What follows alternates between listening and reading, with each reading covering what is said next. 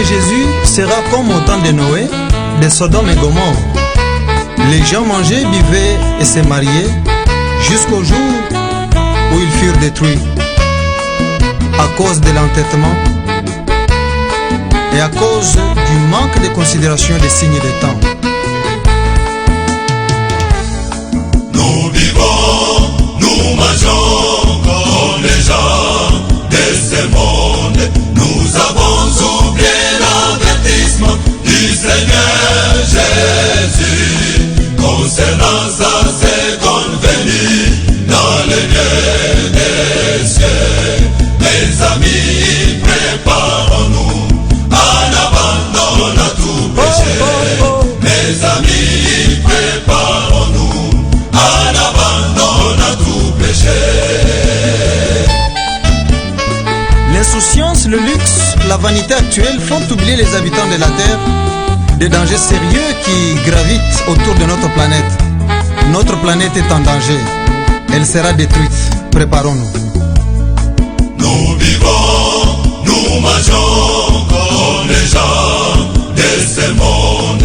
Nous avons oublié l'avertissement du Seigneur Jésus concernant sa seconde venue dans les lieux des cieux. Mes amis, préparons-nous en abandonnant tout péché. Mes amis, préparons-nous en abandonnant tout péché. Un jour, Jésus parla à ses disciples concernant les signes des temps. Il parla des guerres, des troubles divers, des catastrophes naturelles. Aujourd'hui, ces choses sont certaines sous nos yeux. Est-ce que nous sommes avertis? Aujourd'hui et partout, on entend des conflits entre l'Iran et l'Amérique. Il n'y a pas d'entente. Corée du Sud et Corée du Nord. Il n'y a pas de paix.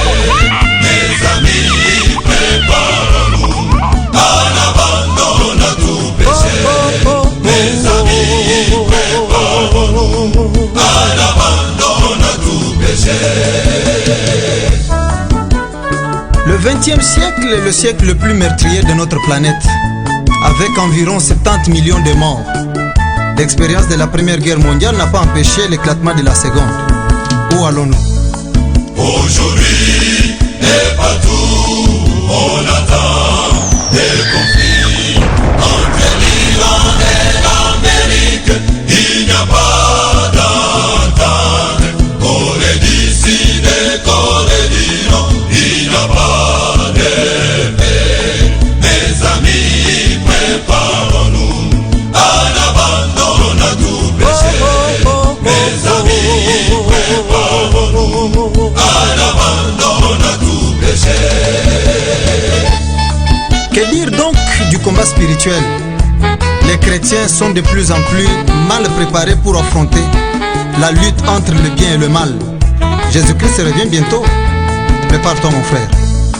Revêtons-nous de toutes les armes de Dieu, afin de pouvoir tenir ferme contre les ruses de Satan, l'ennemi de Dieu. Nous serons vainqueurs. Mes amis, préparons-nous en abandonnant tout péché. Mes amis, préparons-nous en abandonnant tout péché. Seules les œuvres de l'Esprit, la foi et l'obéissance à la parole de Dieu pourront nous aider à rester fermes jusqu'à ce que le Seigneur revienne. Il vient bientôt. Regardez en haut. Revêtons-nous de toutes les armes de Dieu, afin de pouvoir tenir ferme contre les ruses de Satan, l'ennemi de Dieu. Nous serons vainqueurs. Mes amis, préparons-nous en abandonnant tout péché. Mes amis, préparons-nous en abandonnant tout péché.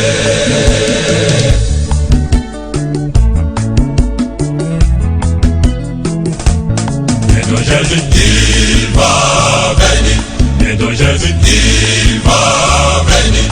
C'est notre Dieu qui nous avons confiance, c'est bien lui qui nous a sauvés. C'est notre Dieu qui nous avons confiance, c'est bien lui qui nous a aimés.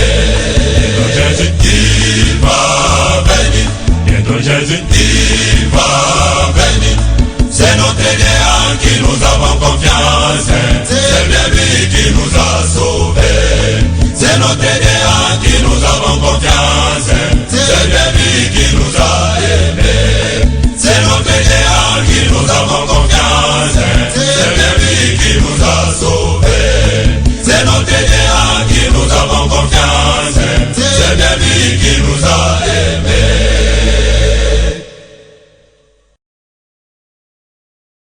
Bien-aimés dans le Seigneur, nous vous saluons au nom de Christ Jésus qui vous aime tant. Et aujourd'hui, nous allons partager ensemble une nouvelle présentation. Et c'est pour répondre à la préoccupation de frère Emmanuel qui a posé des questions sur l'enlèvement. Il veut connaître comment est-ce que l'enlèvement biblique va avoir lieu. C'est ainsi que nous avons intitulé la présentation d'aujourd'hui la grande évasion, c'est-à-dire le jour où nous allons nous évader de cette terre pour aller avec Christ au ciel, selon la promesse qu'il a faite en Jean 14 à partir du verset 1er jusqu'au verset 3e. Le retour de Christ est un événement très important et quand il vient, il va prendre ses enfants bien-aimés pour les amener à la maison du Père.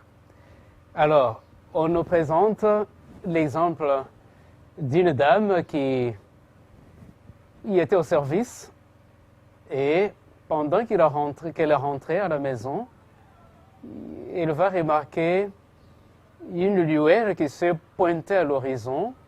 C'était tellement éblouissant qu'elle a pensé directement au retour de Christ. Et pourtant, ce n'était pas le retour de Christ, ce n'était qu'une étoile filante qui avait provoqué cet éblouissement. Donc, c'est juste pour vous dire que le retour de Christ, c'est un événement important et attendu par plusieurs.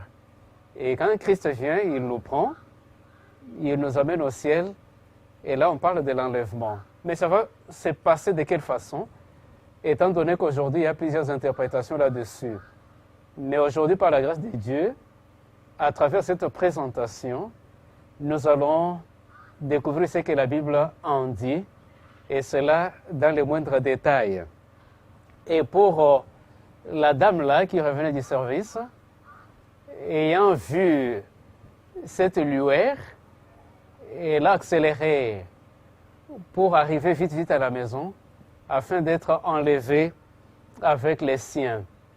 Donc la fin du monde est une réalité. Il y en a qui ont donné plusieurs interprétations à la fin du monde. Certains disent que la fin du monde, c'est tout simplement la mort de quelqu'un. Quant aux mères, c'est ça la fin du monde. D'autres prédisent même des catastrophes, qu'il y aura des catastrophes naturelles qui vont provoquer la destruction de notre planète, et c'est ça la fin du monde. Mais la Bible dit autre chose.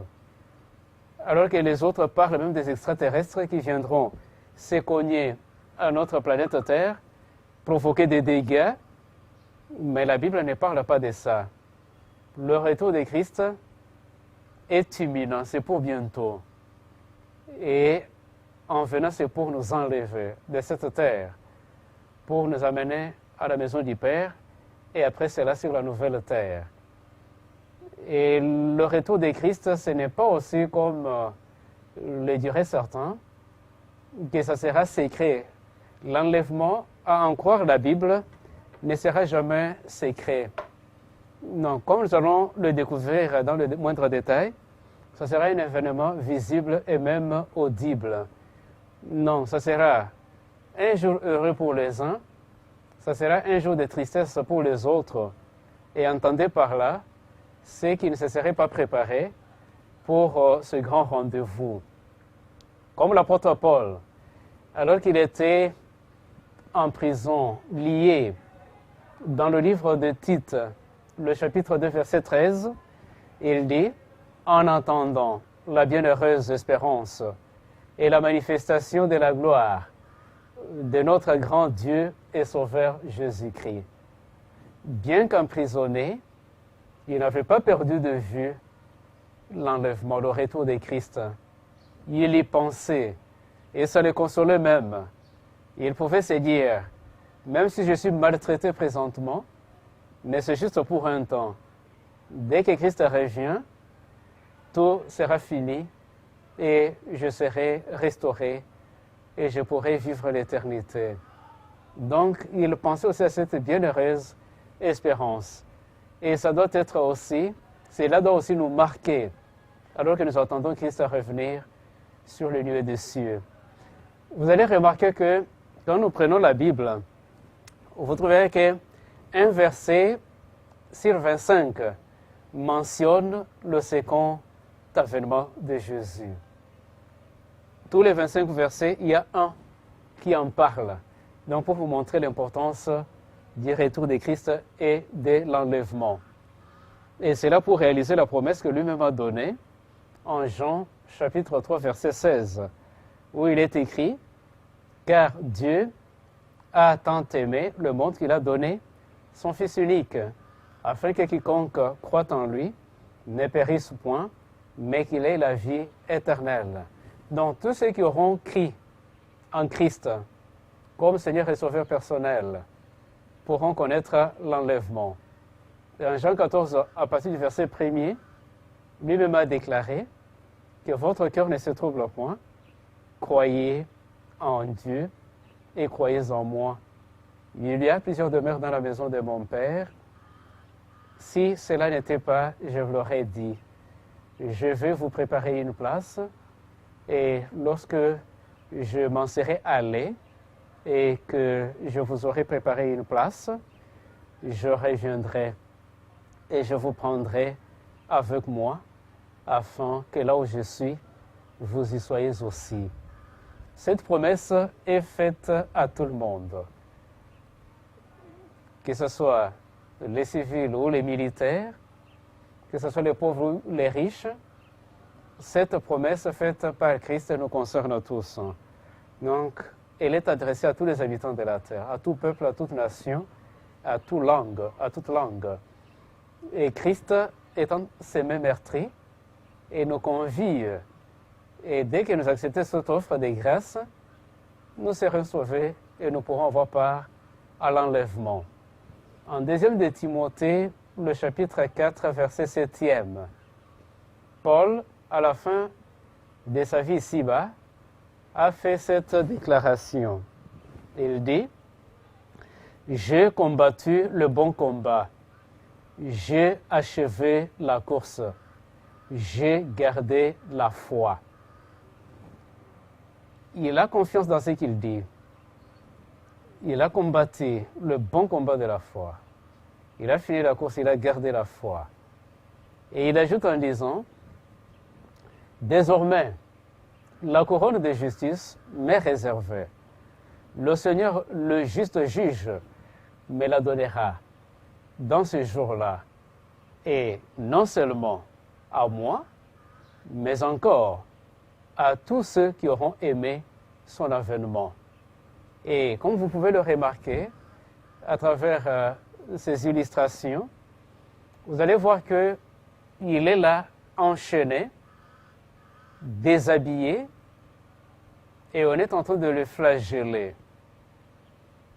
Mais il ne renie pas son Seigneur. Il garde sa foi. Et ces paroles que nous venons de lire, il les a prononcées pendant que le bourreau s'approchait pour le décapiter. Et c'est un bel exemple pour nous, croyants d'aujourd'hui, que rien ne puisse nous séparer de l'amour de Christ lorsqu'on a à l'esprit cette bienheureuse espérance. Il y a de quoi persévérer. Nous devons combattre le bon combat comme l'apôtre Paul. Et c'est là jusqu'au retour du Seigneur. Et c'est comme ça que Paul va donner sa tête on va le décapiter, mais tout en gardant la foi en Christ. Et c'est comme ça qu'il avait fini sa course dans cette prison de Mamertine, avec cette bienheureuse espérance. Vous vous souviendrez aussi que, en ce temps-là où Christ était ici-bas, avec ses disciples, sur le mont des Oliviers, nous sommes en Matthieu, le chapitre 24e, et le verset 4. Il leur a donné un avertissement en disant « Prenez garde que personne ne vous séduise. » Et c'était au sujet de ce second avènement et de l'enlèvement. Il dit « Prenez garde que personne ne vous séduise. » Il savait qu'après lui, il y aura des séducteurs. C'est pourquoi il a donné cette mise en garde. Et ça vous concerne et ça me concerne également aujourd'hui, alors que nous attendons son second avènement.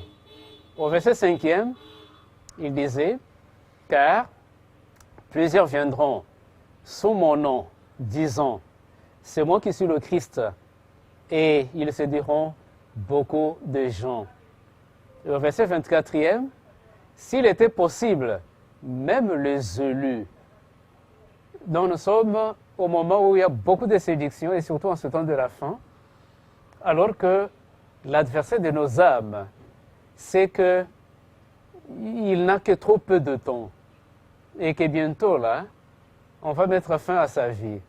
C'est pourquoi il redouble d'efforts. Il veut séduire des multitudes, afin qu'il ne puisse pas périr seul, mais qu'il puisse mourir avec des multitudes. Voilà pourquoi nous devons prendre garde. Garde pourquoi? Parce qu'il y aura des faux prophètes. Et aujourd'hui, ils pullulent. Ils sont partout à travers le monde. Les faux prophètes et les faux Christ. Il y en a, comme vous pouvez voir ces illustrations-là, à travers ces illustrations. Ils se disent Christ.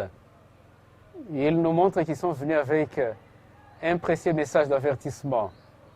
Et pourtant, ce ne sont que des faux prophètes et des faux Christ. Mais le véritable Christ, quand il va revenir, ce sera dans sa gloire. Et il y a beaucoup de signes qui vont nous prouver que c'est bien lui qui est en train de venir dans sa gloire. Et là, vous pouvez voir encore cette illustration. Le message que vous voyez là, c'est dit Christ, et pourtant il ne l'est pas. Vous comprenez pourquoi en 2 Corinthiens, le chapitre 11 et le verset 13e, il est écrit que ces hommes-là sont des faux apôtres, des ouvriers trompeurs, déguisés en apôtres de Christ. Ils sont nombreux tout autour de nous là, et qui se présentent tels que l'apôtre Paul les a décrits ici. Et au verset 14 du même chapitre, il dit « Et cela n'est pas étonnant, puisque Satan lui-même se déguise en ange de lumière. » Donc aujourd'hui, vous les trouverez partout. Donc toutes ces images que vous voyez là, ce sont des personnes qui vivent sur cette terre et qui se disent Christ ou prophètes de Christ alors qu'ils ne le sont pas en réalité. Et lorsque Paul nous demande de prendre garde à nous-mêmes, comment le faire en pratique? Et il n'y a que la Bible qui puisse nous aider à prendre garde face à ces faux Christ et ces faux prophètes. C'est comme il est écrit dans le psaume 105-119, que ta parole est une lampe à mes pieds et une lumière sur mon sentier. Donc lorsque vous êtes imprégné de la parole de Dieu, lorsque vous la lisez régulièrement, quotidiennement, et que vous mettez en pratique ce qui est contenu, vous serez averti, vous saurez détecter, identifier des faux Christ et des faux prophètes. Mais si vous n'êtes pas imprégné de la parole de Dieu, c'est difficile d'être à l'abri de la séduction de ces faux prophètes et de ces faux Christ. Alors, nous voulons ensemble voir les différents signes ou bien les différents détails que la Bible nous donne au sujet du second avènement de Christ. le premier signe, le premier élément, le premier détail très important que nous devons retenir, c'est que le retour de Christ est un événement visible.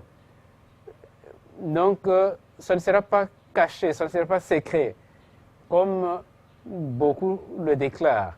Le retour de Christ sera visible. On va le voir avec nos propres yeux. Et nous pouvons appuyer cela avec un passage biblique. C'est pourquoi je vous invite à lire avec moi en Matthieu, le chapitre 24e et le verset 7e.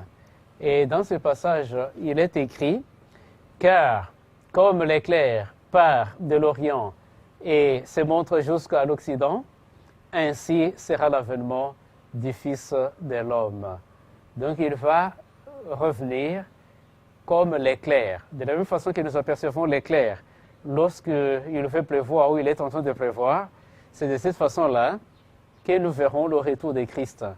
Donc ça ne sera jamais un événement secret. Ça sera un événement visible et universellement visible. De la même façon que nous voyons le soleil, que tous les habitants de la terre sont en train de voir le soleil, c'est de la même façon que nous verrons le retour de Christ. Donc ça sera visible. Et même en Apocalypse, le chapitre 1er et le verset 7e, Jean de Patmos nous dit la même chose. Il dit, voici, il vient avec les nuées, et tout œil le verra. On dit bien tout œil le verra, c'est un concept universel. Non pas quelques-uns, mais tout œil, donc tous les habitants de la terre, qui seront vivants lors de ce second avènement de Christ, ils pourront tous le voir, malgré où ils se retrouveront, mais ils pourront voir Christ lorsqu'il va se pointer du haut des cieux. Donc le retour de Christ sera visible.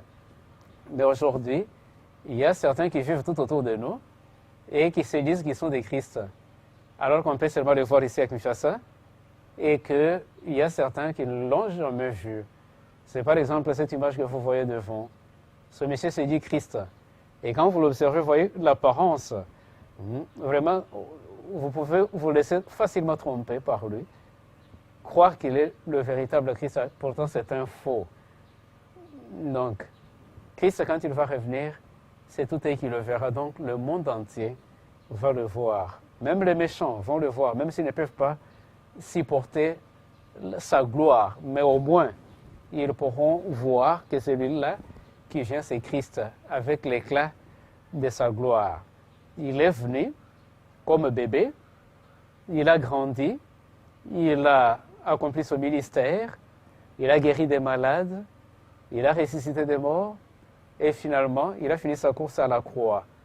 Il a été immolé, il a déversé de son sang pour le rachat des multitudes, et après l'enterrement, 3 jours après, il est ressuscité en gloire.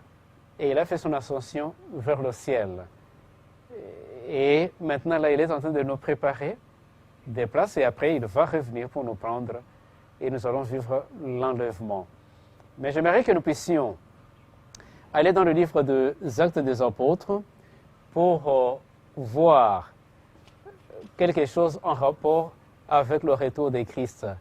Qu'est-ce qui a été promis? Parce que nous disons qu'il reviendra de façon visible, universellement visible, comme on venait de le lire dans le livre d'Apocalypse. Mais maintenant, voyons aussi le témoignage des anges. Parce qu'il y en a qui disent que non, en tout cas, on ne le verra pas. Ça ne sera pas visible. Parce qu'au ciel, il n'y a pas la chair et il n'y a pas... Bon, mais la Bible, qu'est-ce qu'elle nous dit? Lisons un peu dans les Actes des Apôtres, le chapitre 1er. À partir du verset 9e, on pourra descendre même jusqu'au verset 11e pour voir ce qu'est, pour trouver le témoignage des anges, alors que Christ faisait son ascension vers le ciel.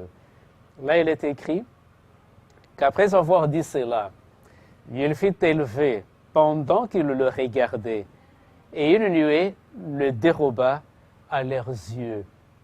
Au verset 10e, et comme ils avaient les regards fixés vers le ciel, pendant qu'ils s'en allaient, voici 2 hommes vêtus de blanc leur apparurent. Les 2 hommes vêtus de blanc,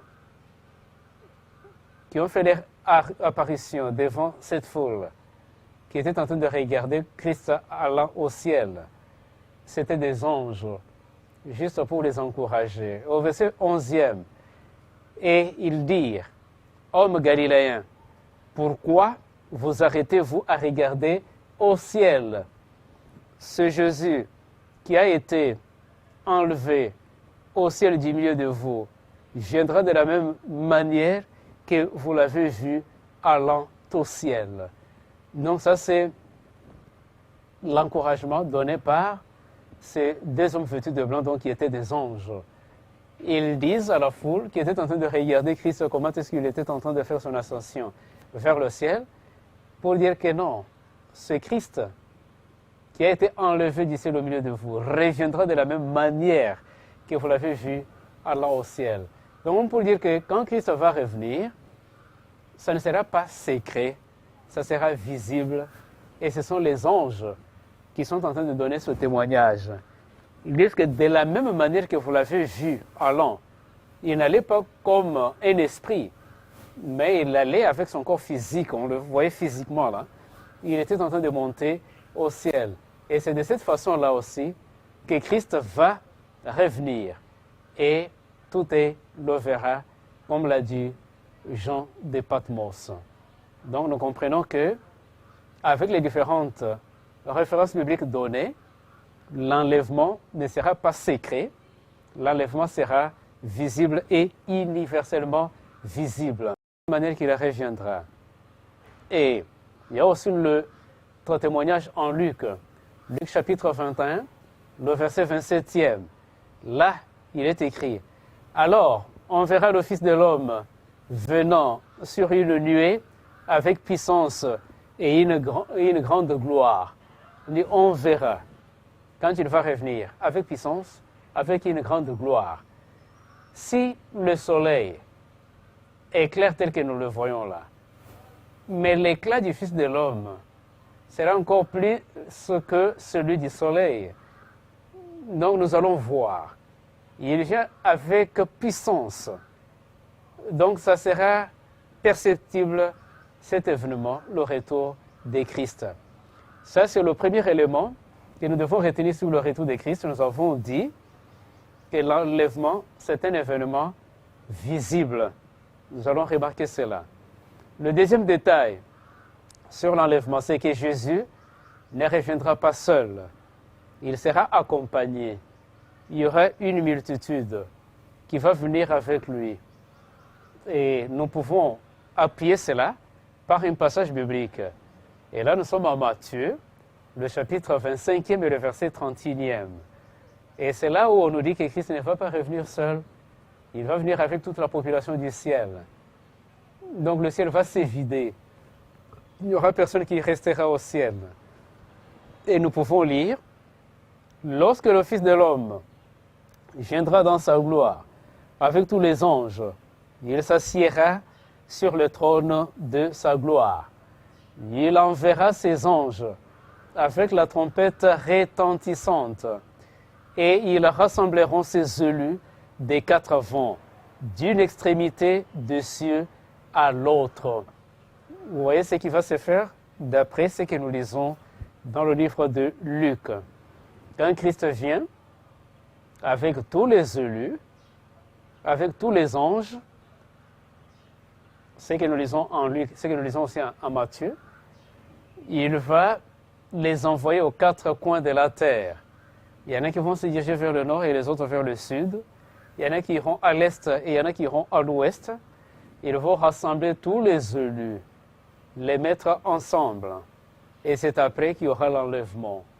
Donc on va prendre ceux qui sont en Europe, ceux qui sont en Afrique, ceux qui sont en Amérique, ceux qui sont en Océanie, on nous met ensemble et l'enlèvement va avoir lieu. Ça, ce sont les détails que la Bible est en train de nous donner. Donc Christ ne reviendra pas seul, il va venir avec tous les anges. S'il vous plaît, pas quelques anges, mais tous les anges, tous les myriades d'anges seront dans les cortèges pour venir assister à l'enlèvement de l'épouse de Christ qui est sa chère Église. Et Quand Christ vient, il ne va pas piétiner sur notre terre ici. Il va rester suspendu en l'air et ce sont les anges qui iront aux quatre coins de la terre pour le rassemblement de l'Église afin de rencontrer Christ dans les airs et aller au ciel à la maison du Père. Là, c'était le deuxième détail à retenir sur l'enlèvement. Donc d'abord, c'est un événement visible. Deuxièmement, Christ ne reviendra pas seul, il sera accompagné de tous les anges. Aucun ange ne restera au ciel lorsque Christ va descendre pour prendre son épouse.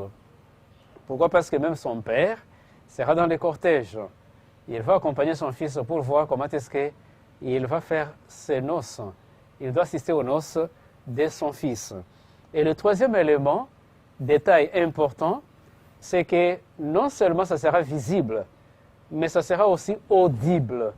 Nous allons entendre l'avènement du Christ. On voit, mais on entend aussi.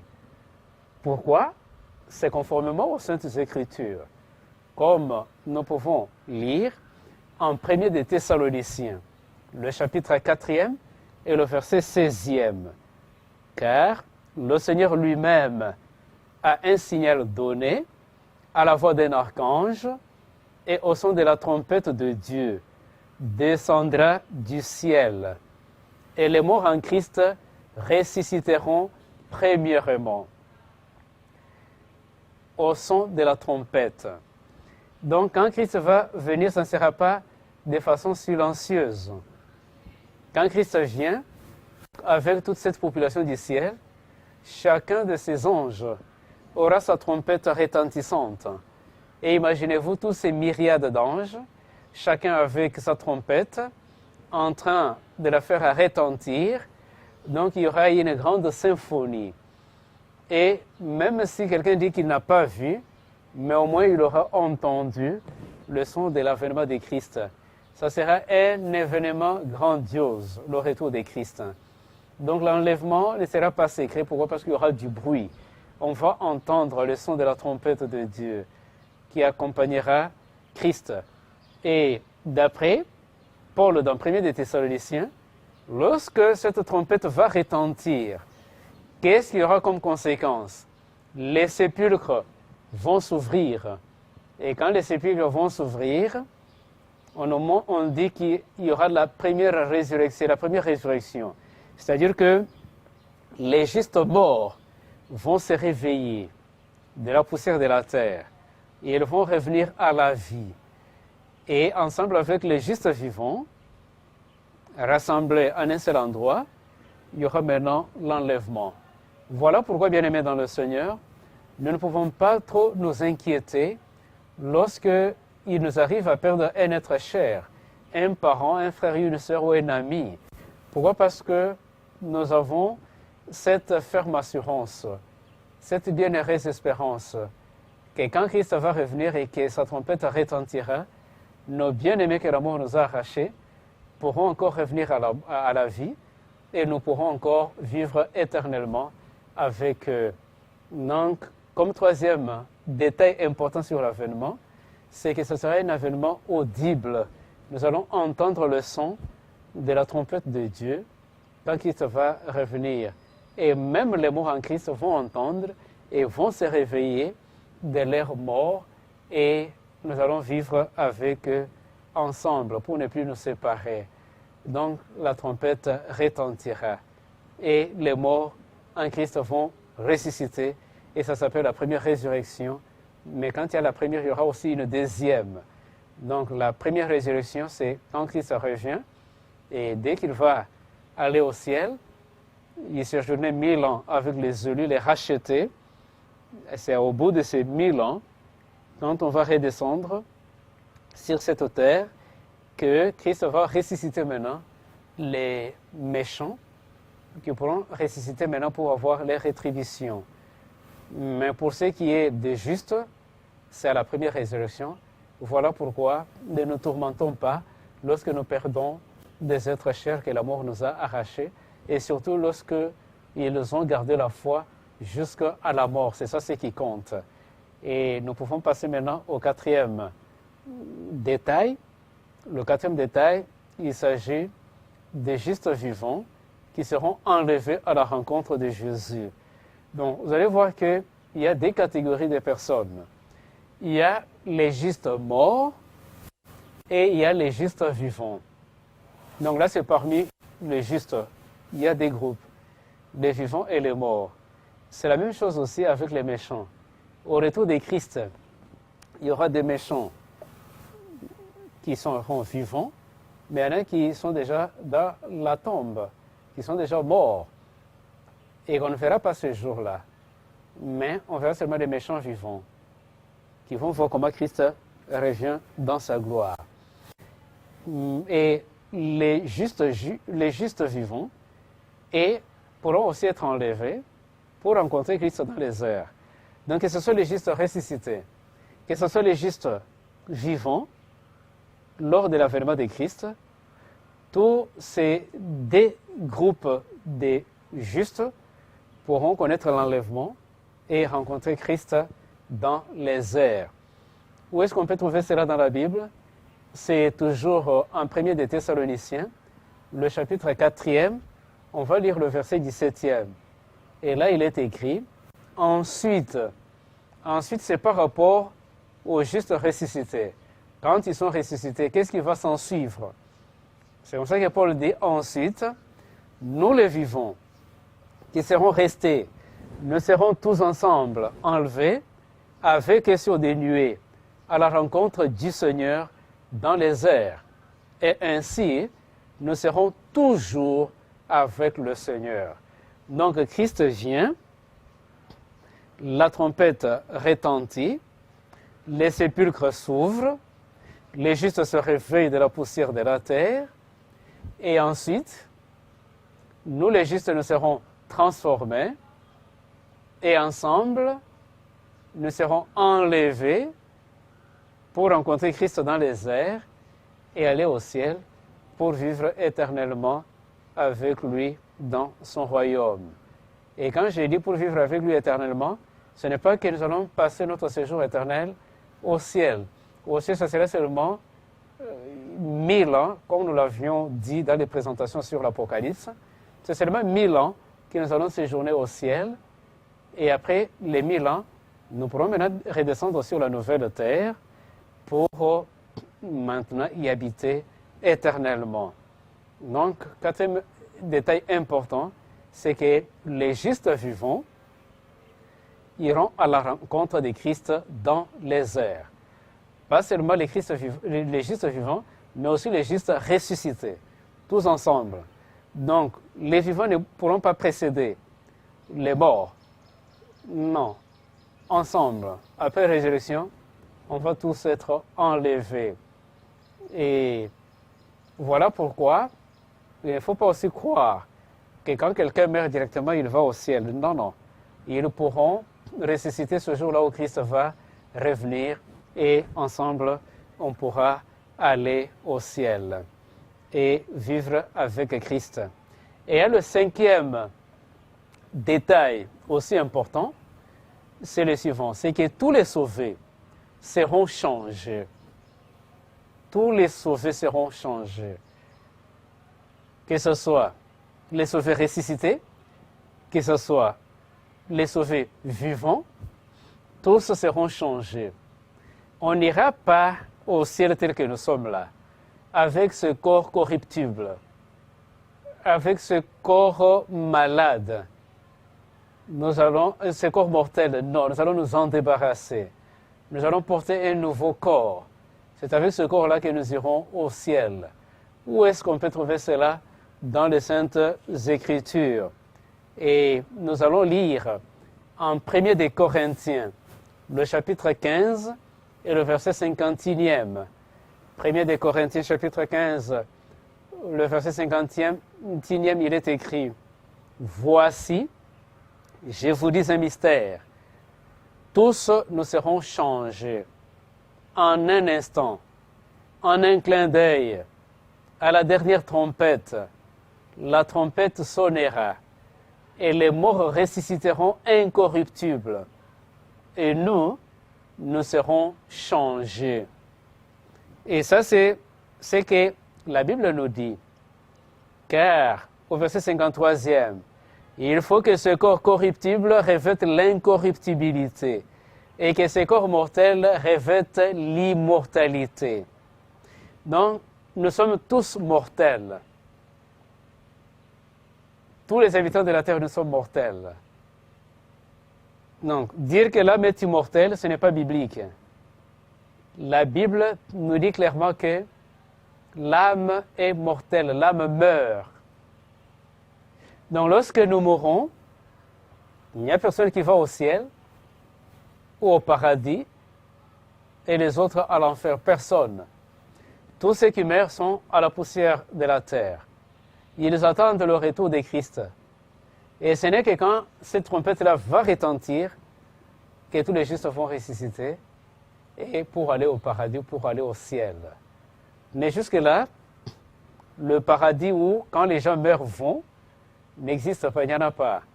Ils sont seulement à la poussière de la terre. Ils attendent le retour de Christ. Donc tous ceux qui sont morts sont là, excepté certaines personnes qui ont été ressuscitées par Christ lui-même.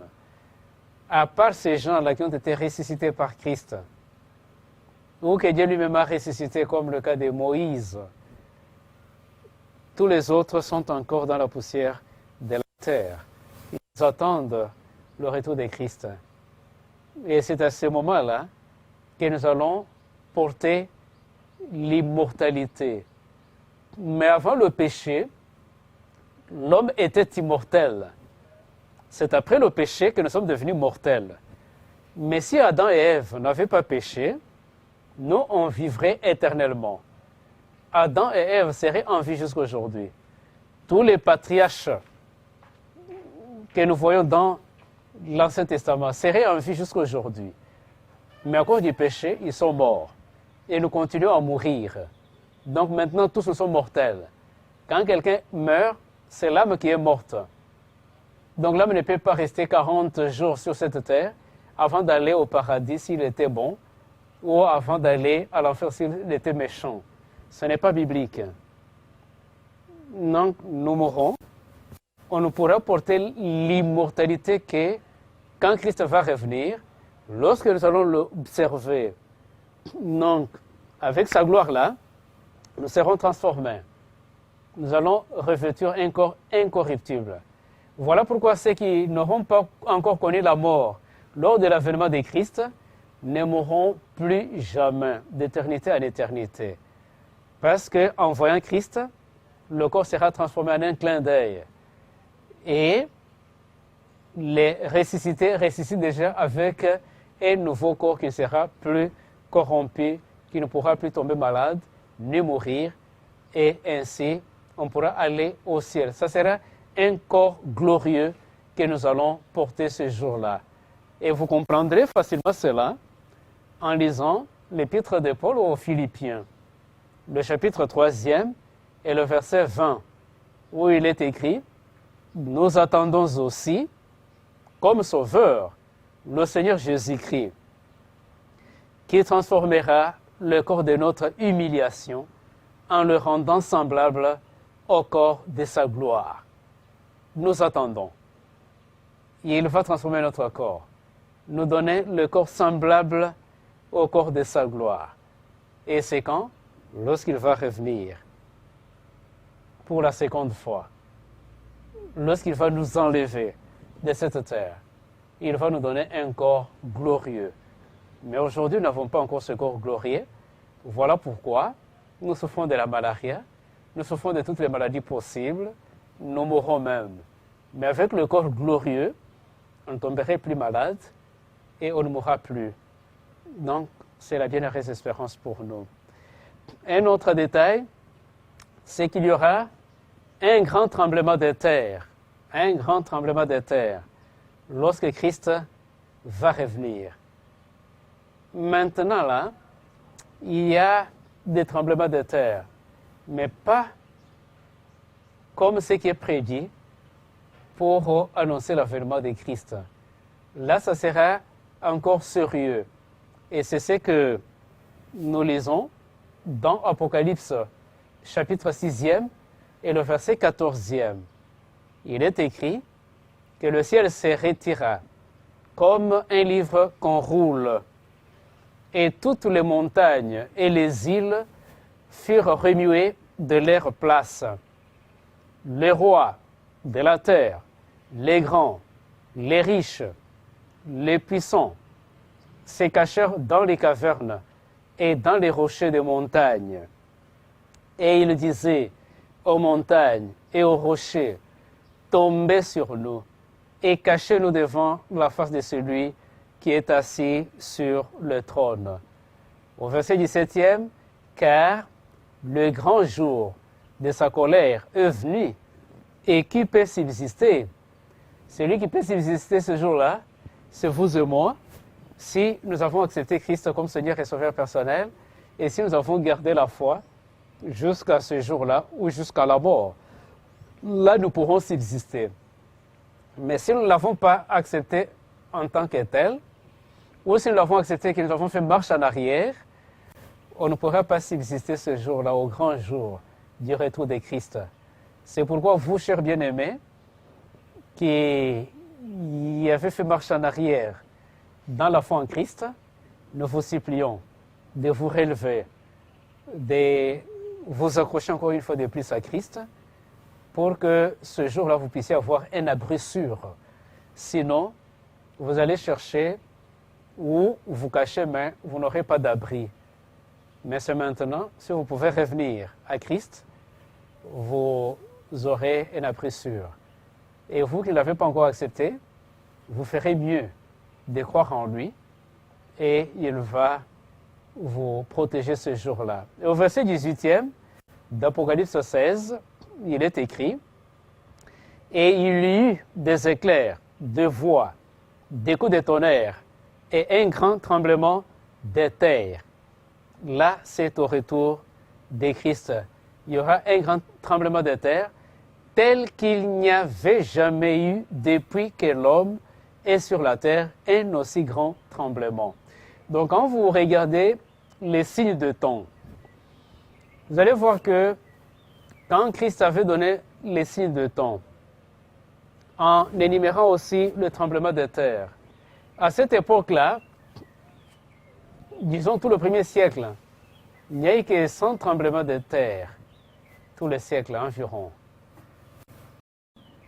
Mais aujourd'hui, rien qu'au cours d'une année, on enregistre au moins 6000 tremblements de terre importants. Alors, si au premier siècle, on a enregistré que 15 tremblements de terre importants, et qu'aujourd'hui, au bout d'une année, on en enregistre 6000 au moins, donc c'est une preuve que le retour de Christ est proche. Mais tout ça, c'est rien par rapport au tremblement de terre qui va accompagner le retour de Christ. Il sera encore beaucoup plus important que celui que nous sommes en train de connaître. Pourquoi? Parce que ça va provoquer la destruction de la planète Terre. Il n'y aura plus rien à la face de la Terre. C'est pourquoi, bien-aimés dans le Seigneur, si quelqu'un vous dit que Christ est déjà revenu ou que l'enlèvement sera secret, il ne faut pas croire, il ne faut pas prêter attention à cela. Ce sont des faux enseignements. Donc le retour de Christ pour l'enlèvement de son Église sera accompagné d'un grand tremblement de terre tel qu'on n'en a jamais connu depuis que la terre existe, depuis que l'homme est sur la terre. Et c'est la Bible qui le dit. Donc il y aura des dégâts partout avec ce tremblement de terre. Et les gens ne sauront pas où trouver l'abri à ce moment-là. C'est pourquoi, en Matthieu 24, verset 30e, il est dit que toutes les tribus de la terre se lamenteront. Ils vont se lamenter pourquoi? Quand ils vont voir Christ apparaître accompagné de ces tremblements et que tous les abris seront détruits, maintenant où est-ce qu'ils iront? Voilà pourquoi ils vont se lamenter. Imaginez-vous aujourd'hui quand vous voyez le cyclone faire les dégâts, quand vous voyez toutes ces catastrophes naturelles, comment est-ce que les gens sont en train de souffrir, de se lamenter? Mais ça, c'est passager.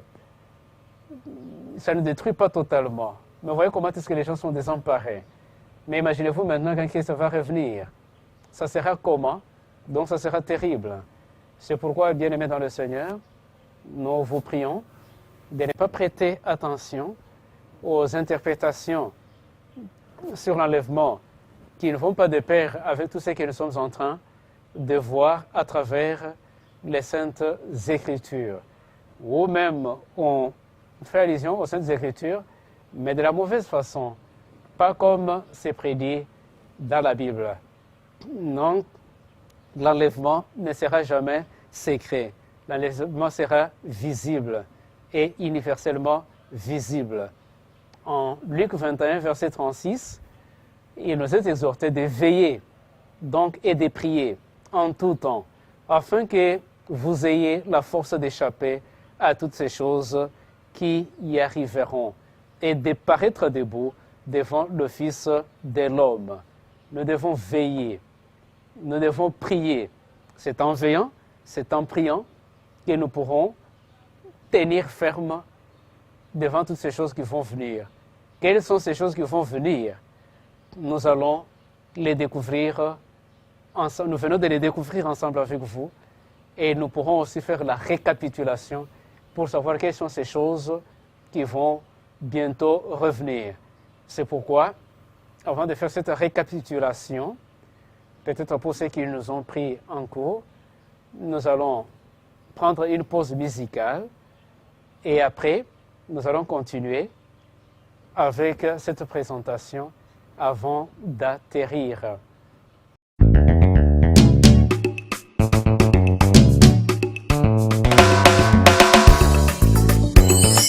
Samba sengi biso bolingo solo bolingo elimbisa kama benyonso limbisa nekono nenge nzamba limbisa kayo bolingo solo limbisa nekono nenge nzamba limbisa kayo bolingo solo.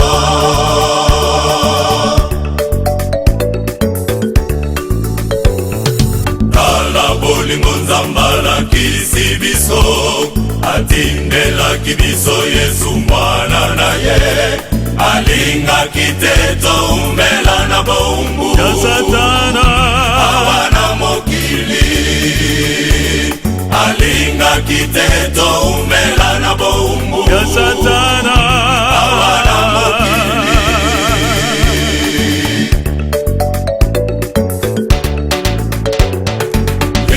Balakisaki bolingo na ye alimbisaki moyibi pe babomi baye asengelaki bango epai ya tata limbisaka bango asengelaki bango epai ya tata limbisaka bango bolingo salaka moninga mabete bolingo limbisaka mabe nyonso linga moningano nengo milinga kayo moko le bolingo solo linga moningano nengo milinga kayo moko le bolingo solo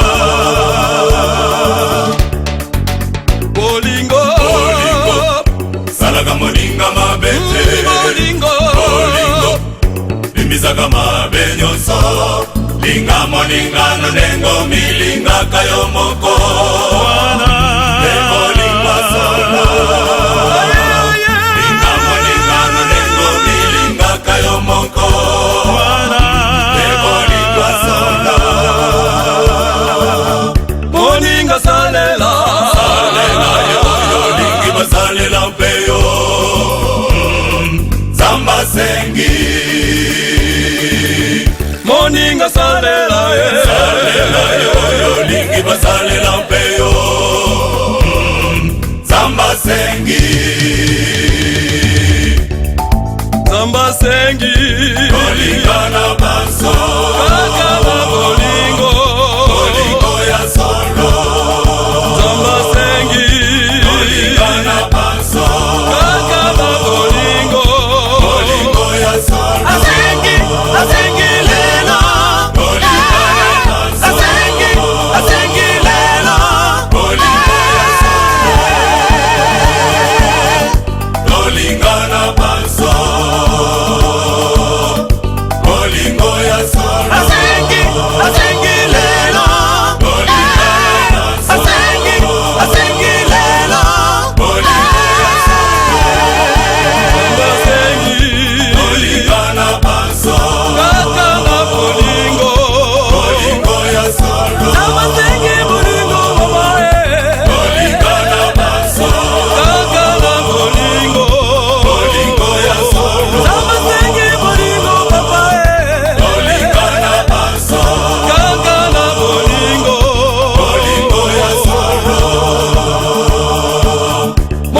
salela yo lingi basalela peyo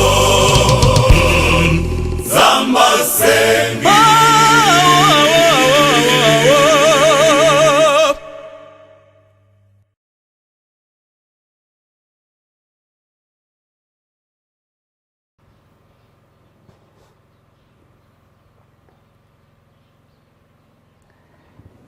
Ok, après cette détente musicale, comme on venait de le dire, en Luc 21, verset 36, on nous demande, la Bible dit, veillez donc et priez en tout temps, afin que vous ayez la force d'échapper à toutes ces choses qui arriveront et de paraître debout devant le Fils de l'homme.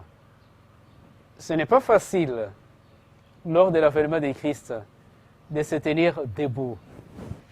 Lorsqu'il va apparaître, il n'y a que ceux qui se sont préparés, ceux qui ont veillé, qui pourront le faire. Mais de quelle façon est-ce que nous allons veiller pour se tenir debout ce jour-là, pour ne pas aller chercher les cavernes où se cacher, pour ne pas demander aux rochers de tomber sur nous et de nous écraser? On nous demande de prier. Il faut la vie de prière. Elle est importante parce que la vie de prière nous relie avec le ciel, nous amène en communion avec le ciel. Et ceci nous permet de tenir ferme ce jour-là. Qu'est-ce qui va arriver alors qui nécessite que nous puissions veiller et prier? Et comme je le disais avant la pause musicale, c'est la récapitulation de ce que nous venons de voir. Il y aura des faux prophètes et des faux Christ qui tenteront de tromper le monde entier. Faux prophètes et faux Christ. Non seulement à Kinshasa, mais dans le monde entier. Ils vont chercher à détruire, à tromper. Mais maintenant, si vous êtes des hommes et des femmes de prière, vous allez facilement résister aux mensonges, à la tromperie de ces faux prophètes et Christ. Vous allez veiller aussi comment? C'est en étudiant les Saintes Écritures, telles que vous êtes en train de le faire à travers votre chère émission des Trois Anges, Message des Trois Anges. Non. Lorsque vous écoutez la parole de Dieu, lorsque vous l'étudiez pour vous-même, vous êtes mieux vacciné contre les faux prophètes et les faux Christ. Mais si vous ne faites pas l'étude quotidienne de la Bible, si vous n'écoutez pas le message prêché, c'est difficile que vous puissiez identifier et éviter la tromperie des faux Christ et des faux prophètes.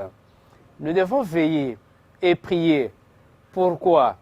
C'est parce qu'il y a le démon qui tentera de se déguiser en ange de lumière. Il vient là, en prenant l'apparence de Christ, juste pour vous séduire.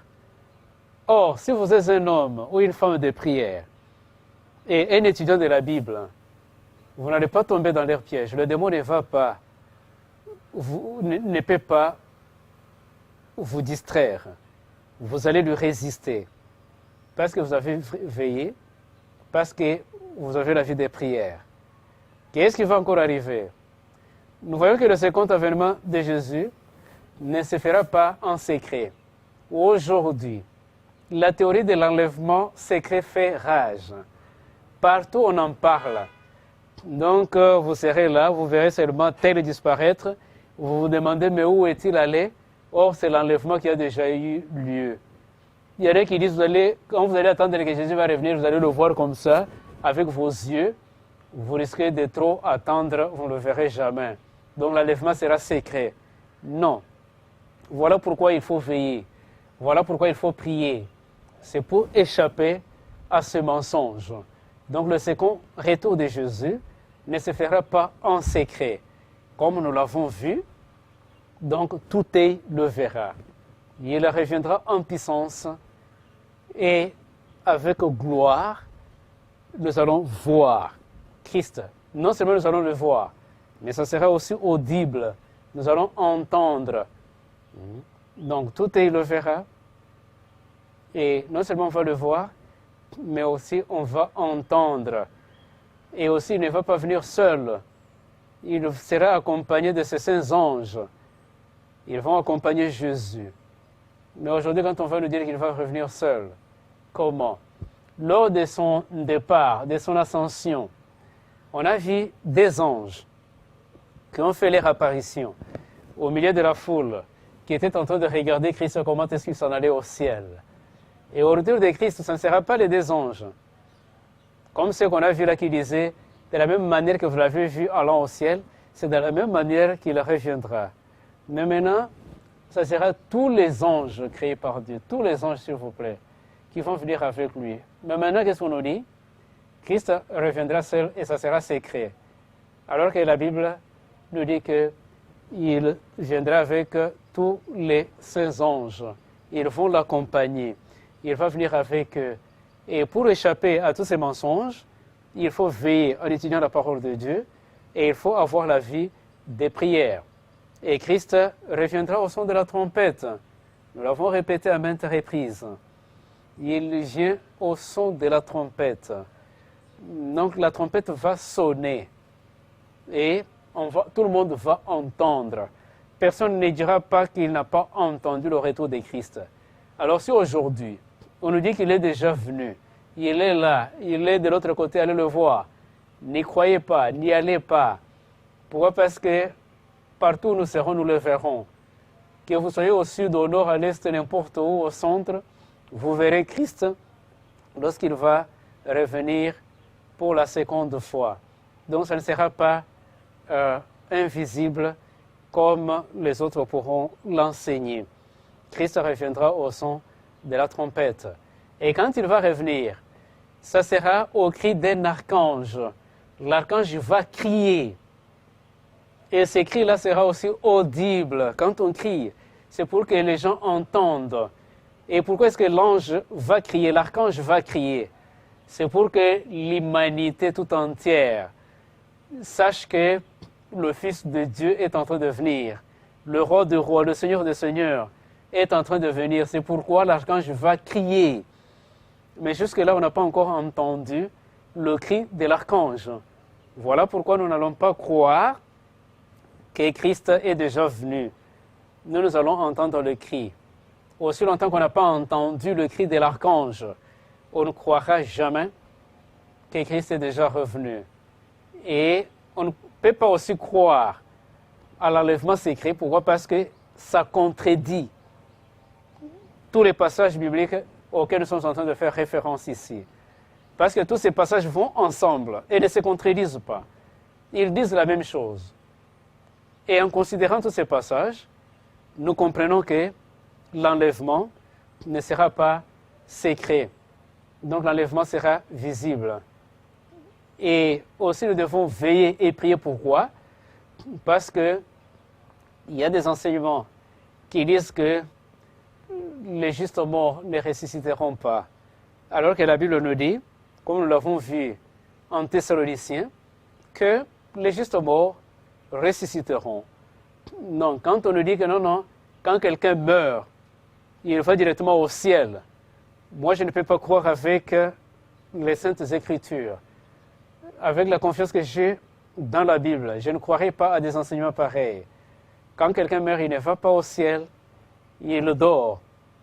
C'est quand il y aura la résurrection qu'il va se réveiller. Soit la première résurrection, s'il a gardé la foi, s'il a accepté Christ, soit la seconde résurrection, s'il est mort méchant, ou il a fait marche en arrière, après avoir accepté Christ, et il va mourir sans la foi en Christ, ou le retour de Christ le surprend, sans l'avoir accepté.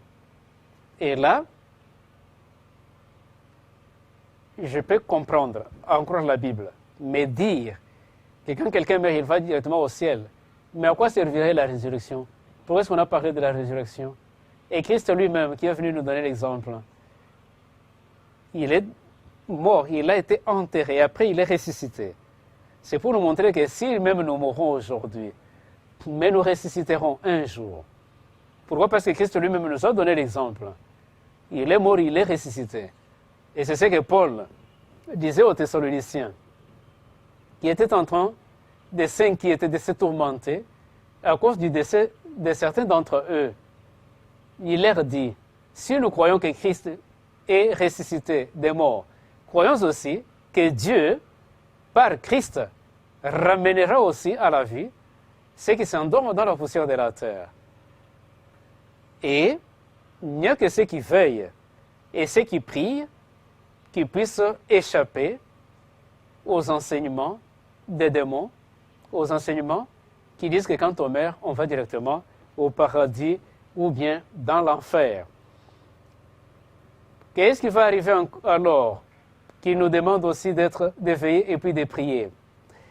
C'est que les justes vivants seront enlevés sans voir la mort. Quand Christ va revenir, tous les justes vivants vont monter au ciel sans voir la mort. Pas question de purgatoire. On va directement au ciel. Si on est élu, si on est méchant, on périt. Lorsqu'on voit la gloire de Christ, on périt. On rejoint ceux qui étaient déjà morts. Et on attend la seconde résurrection. Il n'y a que ceux qui prient. Il n'y a que ceux qui prennent du temps pour écouter la vérité biblique telle que vous êtes en train de le faire là, qui puissent échapper aux faux Christ et aux faux prophètes, ainsi qu'à leurs faux enseignements. Mais si vous ne pouvez pas prendre le temps de suivre tel que vous le faites là, et tout en vous référant aux Saintes Écritures, vous n'allez pas échapper à la tromperie des faux Christ et des faux prophètes. Et vous allez croire à l'enlèvement, à la théorie de l'enlèvement secret, alors que c'est faux. Autre chose, c'est que tous les justes recevront l'immortalité. On a détaillé cela. Tous les justes, vivants ou morts, recevront l'immortalité. Il n'y a que des hommes et des femmes de prière qui puissent croire à cette vérité biblique. Le corps, en un clin d'œil, notre corps sera transformé et nous allons revêtir l'immortalité. Et aussi, tous les injustes de cette terre se lamenteront en voyant juger. Dès que Christ fait son apparition, les méchants ne supporteront pas sa gloire. Voilà pourquoi ils vont se lamenter.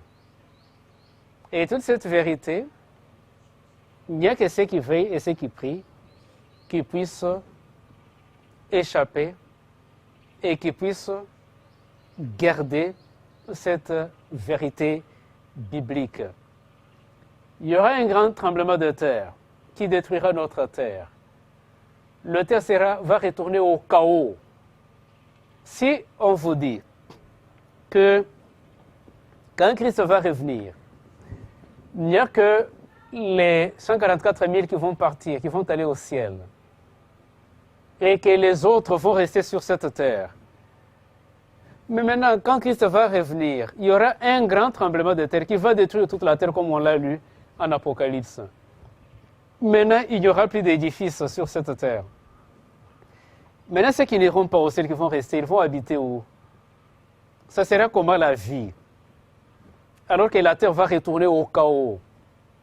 Ça n'a pas de sens. Donc, ce sont les enseignements de faux prophètes et de faux Christ. Et c'est une façon d'endormir le peuple de Dieu. Pour que vous puissiez rester dans la distraction, sachant que quand Christ va revenir, bon, il va enlever quelques-uns, et nous resterons encore sur cette terre. Non, la terre va retourner au chaos. Il n'y aura plus de vie sur cette terre. La situation sera compliquée. Voilà pourquoi, bien-aimés dans le Seigneur, il ne faut pas croire à ces types d'enseignements. Il faut veiller et prier. Comme ça, vous saurez échapper à ces faux enseignements. Et qu'est-ce qui va arriver encore qui nécessite que nous puissions veiller et prier? C'est que tous les perdus seront anéantis. Et moi, pour ne pas être anéanti à l'apparition du Christ, pour ne pas rater à l'enlèvement, tant attendu, je dois veiller et prier. Pourquoi? Parce que si je ne veille pas et si je ne prie pas, le retour de Christ qui sera une surprise pour moi, au lieu que je puisse connaître la transformation de mon cœur, porter le corps glorieux, être enlevé avec lui et vivre éternellement, moi je serai anéanti. Parce que tous les méchants seront anéantis lorsque Christ va revenir.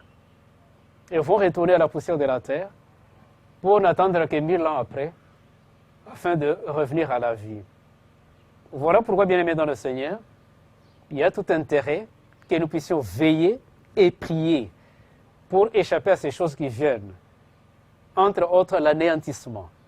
On ne veut pas être anéanti ces jours-là quand Christ va apparaître, mais plutôt être au nombre de ceux qui seront sauvés, enlevés, et aller séjourner avec Christ 1000 ans au ciel, et redescendre sur la nouvelle terre pour vivre éternellement. Donc nous avons besoin de veiller et de prier. Pourquoi? Parce que Christ revient bientôt. Et ce retour est glorieux. Et quand il vient, c'est pour nous prendre, c'est pour nous mettre ensemble avec nos frères et sœurs de toute langue, de tout peuple, de toute race.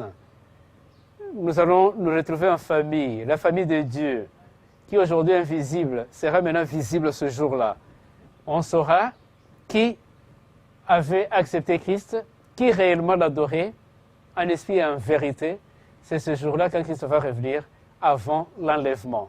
Mais tant qu'il n'est pas encore revenu, on ne saura pas qui y est en train de l'adorer en esprit et en vérité. Qui est élu et qui n'est pas élu. Mais ce jour-là, quand les anges iront aux quatre coins de la terre et vont mettre ensemble les élus, c'est alors qu'on saura le vrai peuple de Dieu et nous serons enlevés. Il va revenir comme roi de rois et seigneur de seigneurs. Voilà pourquoi, peuple de Dieu, maintenant que Christ est en train de venir, alors que tous les signes de temps sont en train de nous prouver que Christ revient bientôt, nous ferons mieux de veiller et de prier. Pourquoi? Parce que ce sera un jour de gloire, un jour glorieux, un jour de joie pour les uns et un jour de douleur et d'aigrissement de dons pour les autres.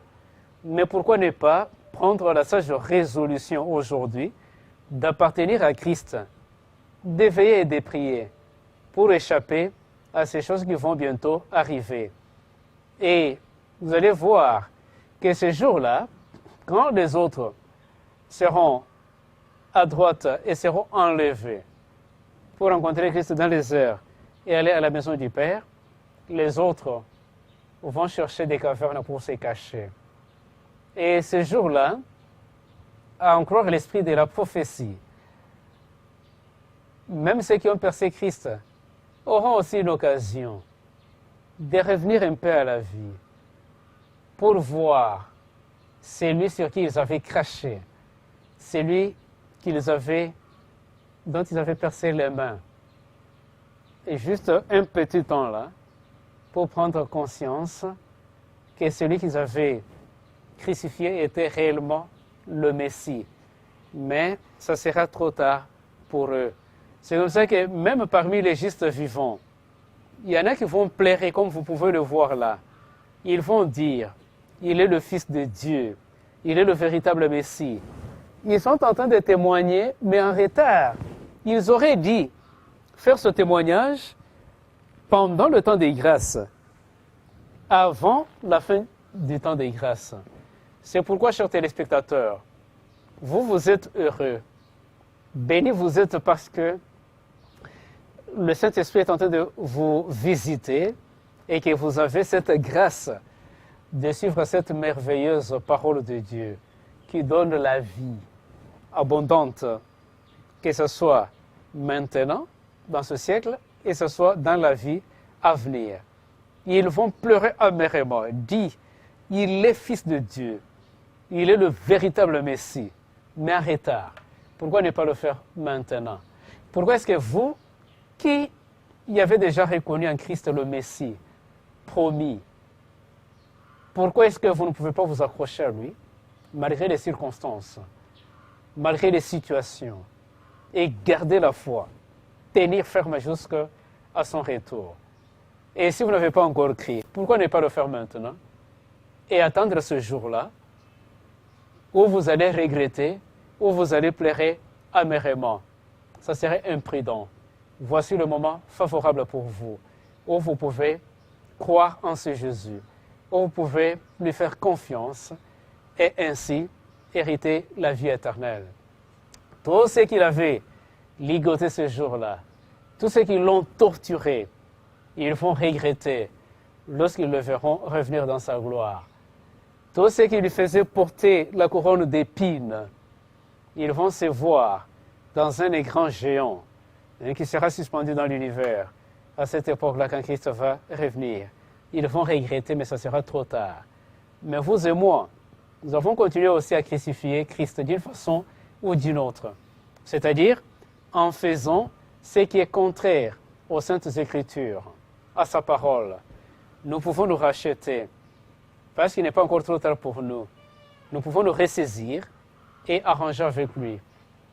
Il y en a qui ont enfoncé leurs flèches dans ses côtes. Ils vont se voir ce jour-là et ils vont pleurer amèrement. Qu'en est-il de vous et moi? Eux pourront regretter ce jour-là, mais le souhait du Seigneur, c'est que vous ne puissiez pas regretter comme eux, mais que vous puissiez échapper à ces choses-là qui vont bientôt arriver lors de l'avènement du Christ. Quand il est venu pour la première fois, il est venu, il était humble, humilié, il a été maltraité, mais quand il va revenir pour la seconde fois, ça ne sera plus comme un esclave, comme un prisonnier, mais il va revenir comme le roi des rois et le seigneur des seigneurs, comme nous pouvons le lire en Ésaïe, le chapitre 25e et le verset 9e, où il est écrit « Voici, c'est notre Dieu, en qui nous avons confiance, et c'est lui qui nous sauve. » Ce sont les paroles qui seront prononcées ce jour-là.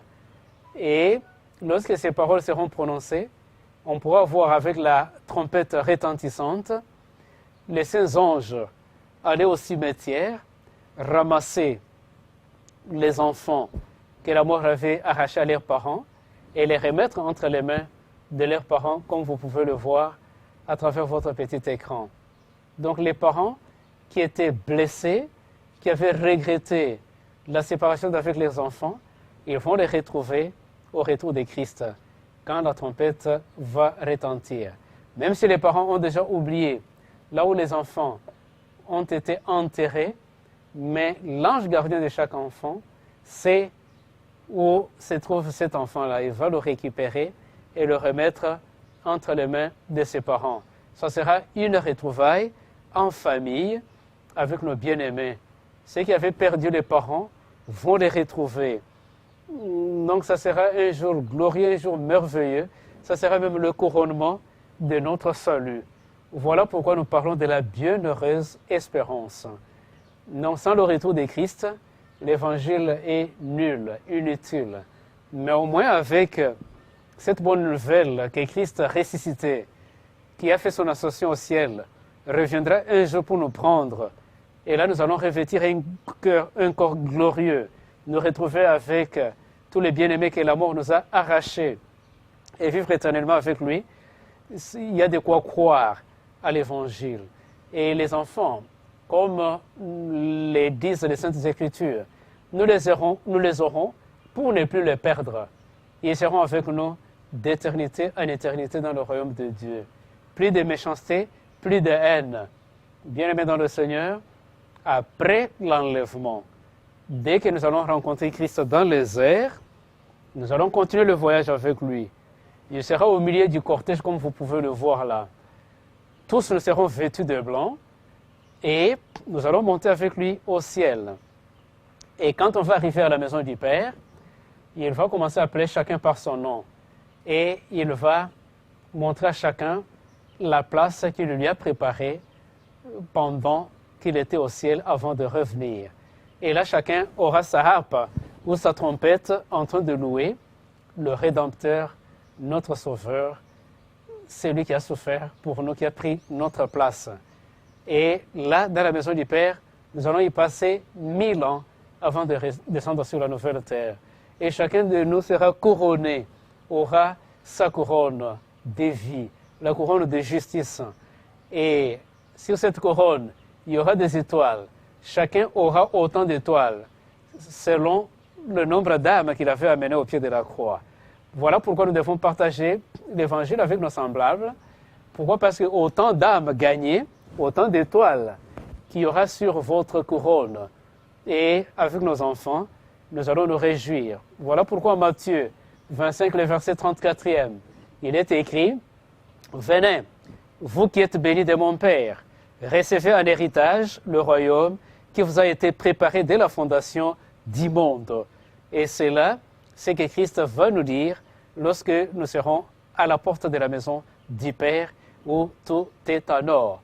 Voilà, bien-aimés dans le Seigneur, après que le Saint-Esprit vous ait parlé, Christ vous tend la main. Il veut que vous puissiez avoir part à l'enlèvement visible et audible lorsqu'il va revenir ce jour-là.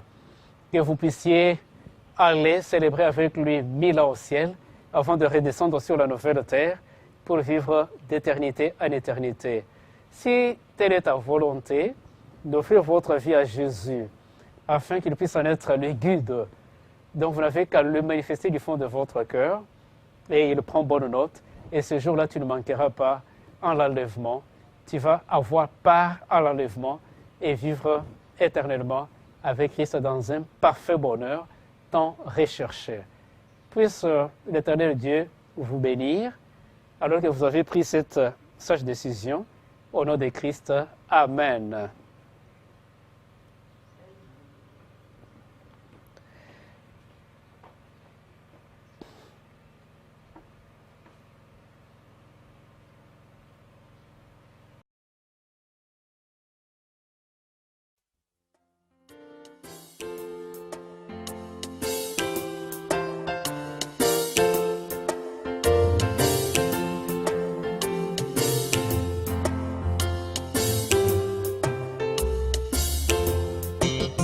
Nina